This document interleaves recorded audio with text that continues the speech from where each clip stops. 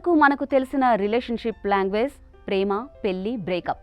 కానీ ఇప్పుడు రిలేషన్షిప్లు కూడా ఏకంగా జాబ్ రోల్స్ లాగా మారిపోయాయండోయ్. కొత్త కొత్త పేర్లు పుట్టుకొచ్చేస్తున్నాయి.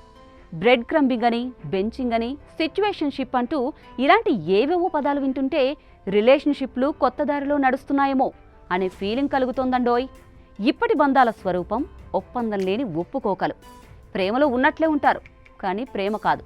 దూరంగా ఉన్నట్లు కనిపిస్తారు, కానీ పరిచయం మాత్రం వదిలిపెట్టారు. ఇప్పుడు ఇదే ట్రెండ్ నడుస్తోందండి. అలాంటి కొన్ని ముఖ్యమైన డేటింగ్ టర్మ్స్ ఇప్పుడు చూద్దాం. సిచ్యువేషన్షిప్, ఈ పేరు వినగానే అర్థమైపోతుంది కదా, ఇది ఒక క్లారిటీ లేని బంధమని. ప్రేమ కాదు, స్నేహము కాదు, కానీ ఇద్దరూ దగ్గరగానే ఉంటారు. మామూలుగా చెప్పాలంటే ఇదేం బంధమో అసలు మనకే అర్థం కాదు. ఇక బ్రెడ్ క్రంబింగ్, చిన్న చిన్న ఆశలు కలిగిస్తూ నిన్ను చాలా మిస్ అవుతున్నా, నీ గురించే ఆలోచిస్తున్నా అలాంటి మెసేజ్లు పెడుతూ ఉంటారు.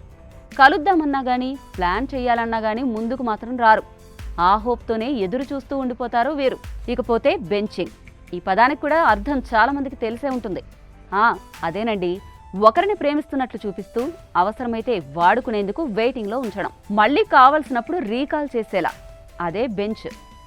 ఇకపోతే ఆర్బిటింగ్, బ్రేకప్ అయిపోయింది కానీ వాళ్ళు మీ ఇన్స్టా స్టోరీస్ చూస్తారు, మిమ్మల్ని ఫాలో అవుతూ కూడా ఉంటారు, మీ పోస్ట్లను లైక్ చేస్తూ ఉంటారు, మాట్లాడరు కానీ కనిపిస్తారు, దూరంగానే ఉంటూ దగ్గరగా ఉండే సైకలాజికల్ గేమ్ అన్నమాట. ఇక కుషనింగ్ గురించి చెప్పుకుంటే ఒక బంధంలో ఉంటూ ఇంకొకరితో ఫ్లర్ట్ చేయడం, అంటే కుషన్ రెడీగా ఉంచుకోవడం.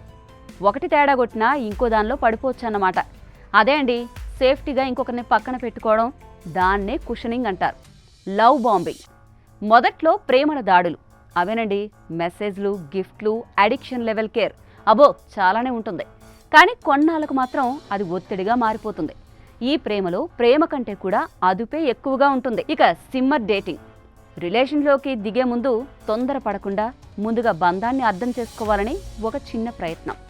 షార్ట్ టైంలో కాదు, సీరియస్గా ఆలోచించి స్టెప్ వేయడం, దాన్నే సిమ్మర్ డేటింగ్ అంటారు. ఇకపోతే నానోషిప్స్, ఇది కేవలం కొన్ని రోజులే ఉండే బంధం, కానీ ఆ సమయంలో ఇచ్చుకునే మానసిక బలహీనతలకు, సపోర్ట్కి మాత్రం మంచి వాల్యూ ఉంటుంది. ఇవన్నీ వింటుంటే ఏమర్థమవుతుంది? ఈ మధ్య స్త్రీ పురుషులు తమ బంధాల్లో ఓ స్పష్టతను కోరుకుంటున్నారు. వాళ్లకు ఒకరిని పోషించడమో ఒప్పించడమో అవసరం లేదు. బంధం అనేది వాళ్ళ వ్యక్తిత్వానికి తగినదే కావాలి. ప్రేమలో రెస్పెక్ట్ కావాలి, మానసిక భద్రత కావాలి.